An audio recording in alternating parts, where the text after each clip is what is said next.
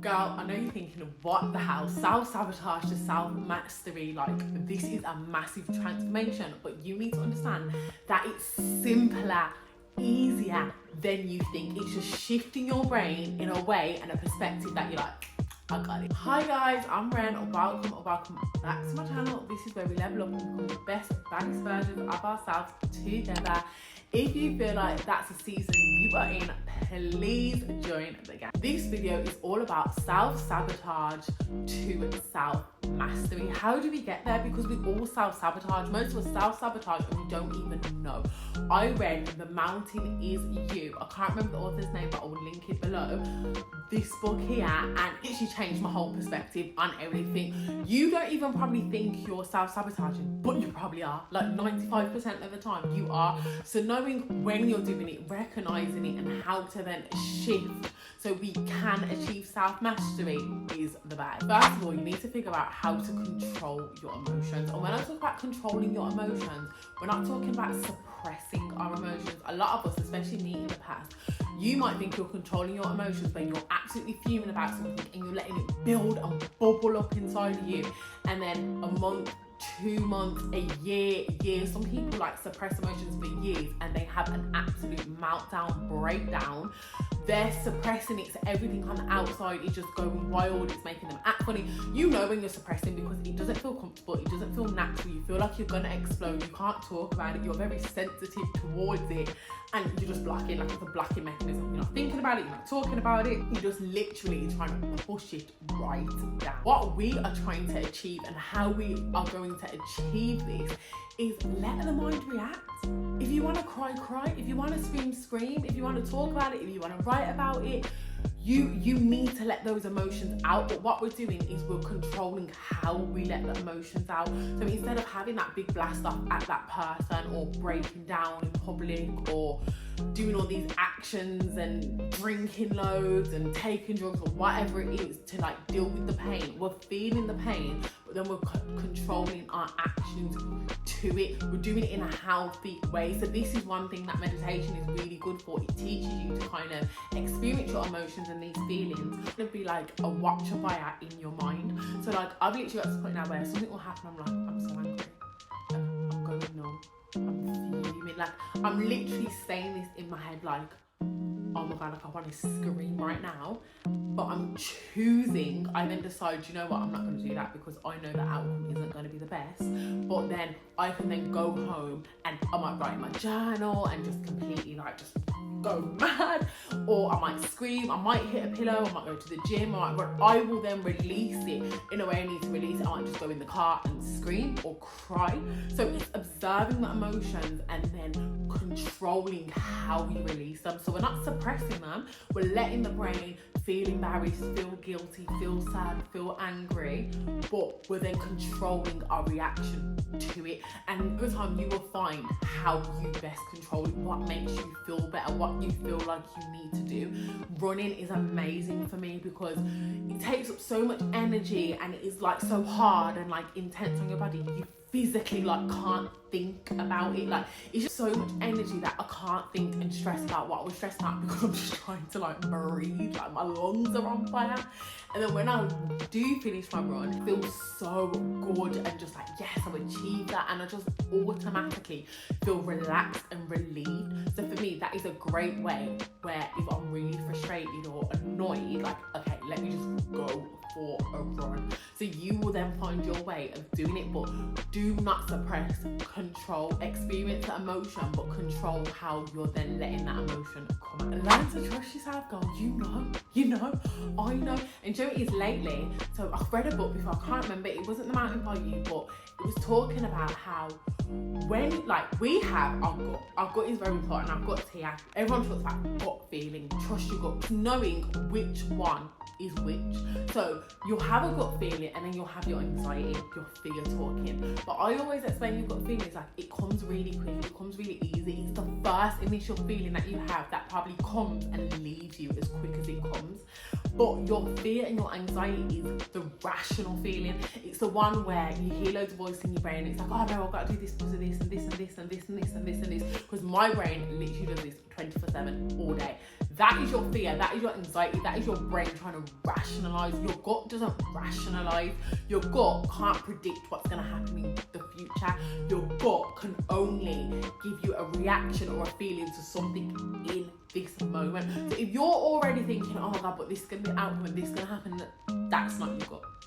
Your gut is something very quick and subtle that comes and goes, and it's about the moment. It's in that moment. I'm not going to walk down that alley. I'm not going to open the car. I'm not going to go to that party. It's very like here and now.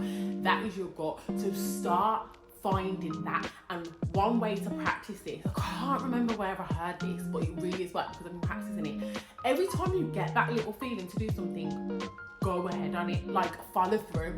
So like, I can't explain it. Say you've had this feeling not to go somewhere, and usually like you're talking about, oh, it's gonna be fine, and then you go and then something bad happens, or something doesn't bad happen. But basically it's practicing it. The more you strengthen your gut and go off those feelings, the more you will get it, if that makes sense.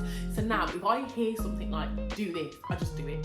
I don't think about it, I just do it, and then I'm like, oh my God, yeah, that was my gut, it worked. And then sometimes I do it, I'm like, okay, that wasn't my gut, that was my anxiety, and that happened. So the more you go off that feeling and go on your impulses, the more you will strengthen your gut and the more you will achieve inner peace. But trust yourself. Yourself knows, your higher self absolutely knows that everything is going to be okay. Our brains give us all this information as a protective mechanism, but all it does is stress us out. A lot of the time it stresses us out and it creates fear. So trust that everything's going to be okay, because it is. And if you really feel like, oh God, but sit down and think about times in your life when you thought you was absolutely in a hole and you wasn't going to come out and tell me the outcome. Because I bet you 9 times out of 10 it worked out fine. But oh my God, yeah, Renee, it did. So trust your gut. I have been doing it personally, and I'm telling you now, it has changed everything. I'm a lot less stressed, I think less, I worry less, things work out for me because I'm literally like, it's gonna work out. I know it will work out. Even if it looks like it's not bloody gonna work out, it is. Create aligned goals. And when I talk about goals, we all have goals, we all have intrinsic things we want to achieve. Creating aligned goals which ultimately give you inner peace are trading your desires for happiness. When I first heard this, I was like, whoa. But it's so true. Go with your feeling. How do you feel? What genuinely makes you happy? Is getting the bigger house and the bigger car and the bigger job what you really want? Or would you like to just sit in the field all day? Would you like to just chill? Are you happy with your job? Do you like that it's easy? Do you not want to strive? Are you happy with your little old flat and your 20-year-old car because it gets where you get to and you don't really care about that? You'd rather go on holidays. Trade desires for happiness, because that is when you will find inner peace and you will get contentment, and contentment is peace. Listen, you cannot have true happiness without peace. Peace is true happiness. It gives us anxiety, it gives us fear. We're never content, it's never enough. And I am saying this from a very personal experience. I will achieve something and I'm like, what's next? What do I need to do? What do I need to do? I'm going. And now I'm trying to be like, no, like create out of happiness, create out of the love for creating, do stuff out of enjoyment, because that is what will bring you peace. Stop doing things for what I think I want.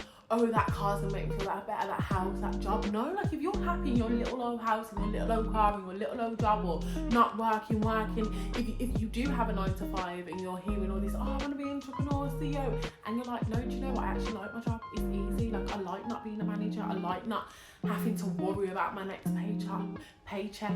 Go with that, because inner peace is what is going to give you happiness. Trade your desires for happiness today, because I've started doing it and it's a game changer. Detach from worrying. I know it's hard, so I'm not going to sit here and be like, just stop worrying. But honestly, stay present. That's how I'd say. Like, if I'm going to tell anyone to stop worrying, I'd say achieve it by trying to be as present as you can. It is hard.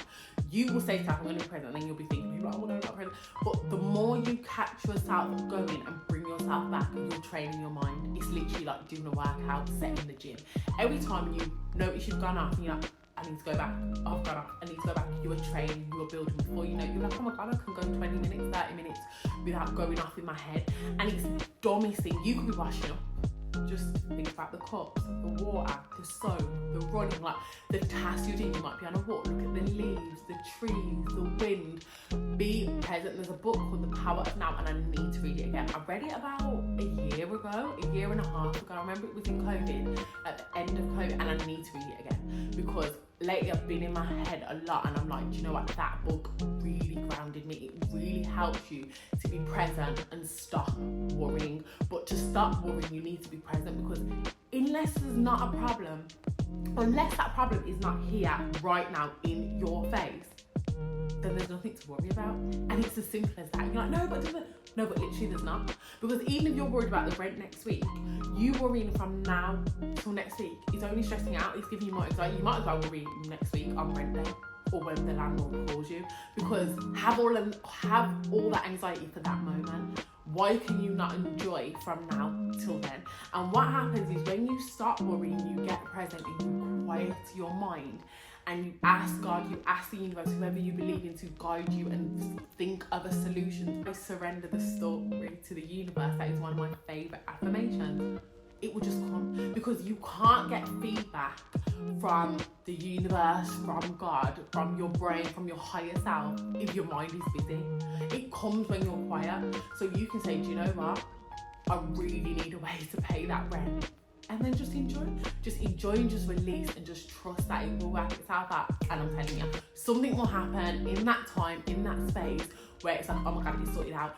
Worrying and stressing does not achieve anything. It just gives you anxiety. Literally, that is all it gives you. Guys, I really hope you enjoyed the video. Please like, comment and subscribe, and I'll see you next week.